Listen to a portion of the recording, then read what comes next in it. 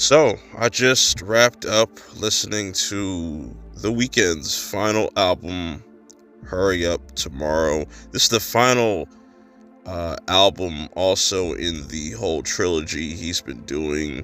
You have After Hours, Dawn FM, and now Hurry Up Tomorrow. And this album is probably the longest out of the three. It comes out at around like an hour and 25 minutes.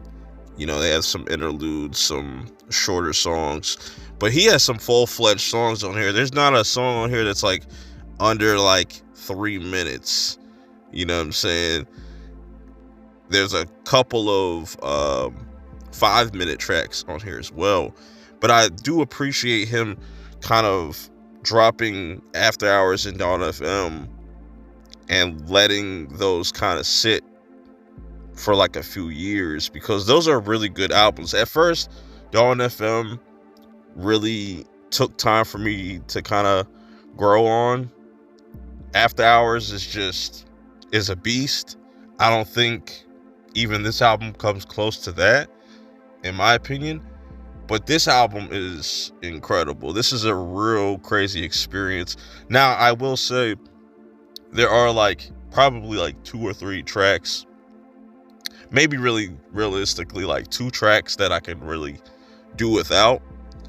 And I'll get that out the way right now. Is track 4 and even the Timeless track.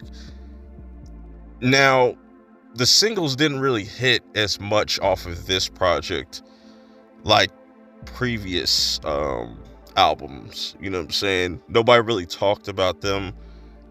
It's interesting enough that Dancing in the Flames isn't on this. I guess that's gonna be like a deluxe or something like that. It's just kind of odd. I would have just kind of left track 4 off of this personally, but you have also Travis Scott on this. You have Future pop up.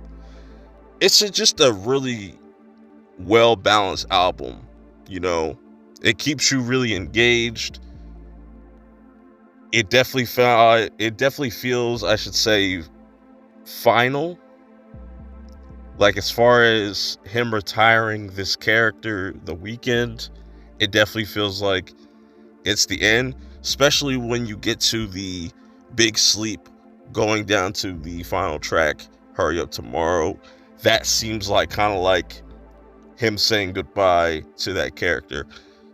Throughout this whole entire project, definitely kind of feels like he's trying to give you his greatest hits, but also refine them in a way, make it sound fresh with this kind of 80s theme that he's been going through with each individual album.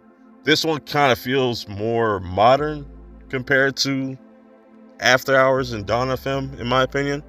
Overall, I just think this album is incredible off of just first listen.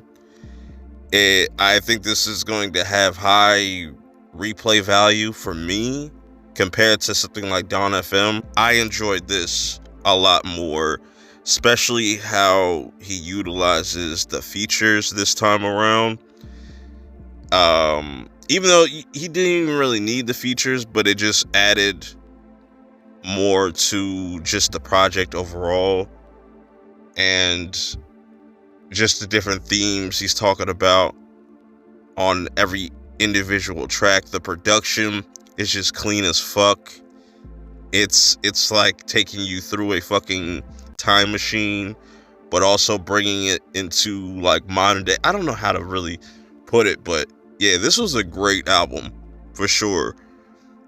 Now, I'm curious to see how everybody else is going to react to this, and I want to see what Abel does next now that he's kind of trying to get away from the Weeknd name. Is he gonna just drop an album this year or next year? I would say he'd probably take a couple of years off or something like that and then start dropping new music. But it's interesting because it lets you know that he's growing as a character, not just only as an artist. So I respect that. Let me know how you guys feel about this album. What are some of your favorite tracks? Give me your top 5, top 10. Where do you put this in the trilogy? Is this better than After Hours? Is it better than Dawn FM? Let me know your ranking on that as well. Until next time, I'm out. Peace.